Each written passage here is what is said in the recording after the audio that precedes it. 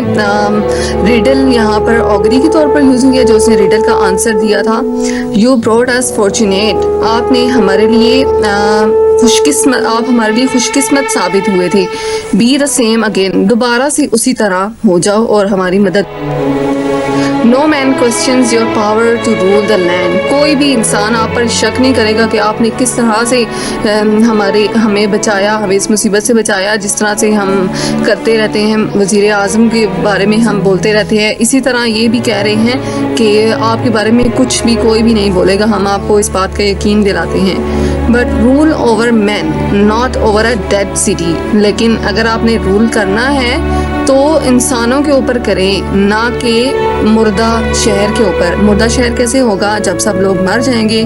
اسی لیے کہہ رہے ہیں کہ جو انسان ہیں نا ان کی مدد کریں تاکہ وہ زندہ رہیں اور نہ مریں. Ships are only hulls. اب یہاں پر شپس کو تجارت کے طور پر یوز کیا گیا ہے. مطلب ان کی جو ان کی جابس وغیرہ ہیں وہ ساری بالکل ایمپٹی ہو گئی ہیں, ہولو. شپس آر اونلی ہل, ان کا تو ایک ہی ذریعہ ہے کمانے کا اور وہ بھی ختم ہو گیا ہے. سٹیڈلز آر نتھنگ, اور جو قلعے ہوتے ہیں وہ بھی کچھ نہیں ہے, بیکار ہیں. when no life moves in the empty passageways, جب ان میں کوئی لائف ہی نہیں ہوگی, لائف مطلب کوئی انسان ہی نہیں ہوگا تو اس کا کیا فائدہ. اس لیے انہوں نے بولا کہ ہماری مدد کریں. this is the end of all these lines جو کہ پریس نے بولی تھی. thanks for watching.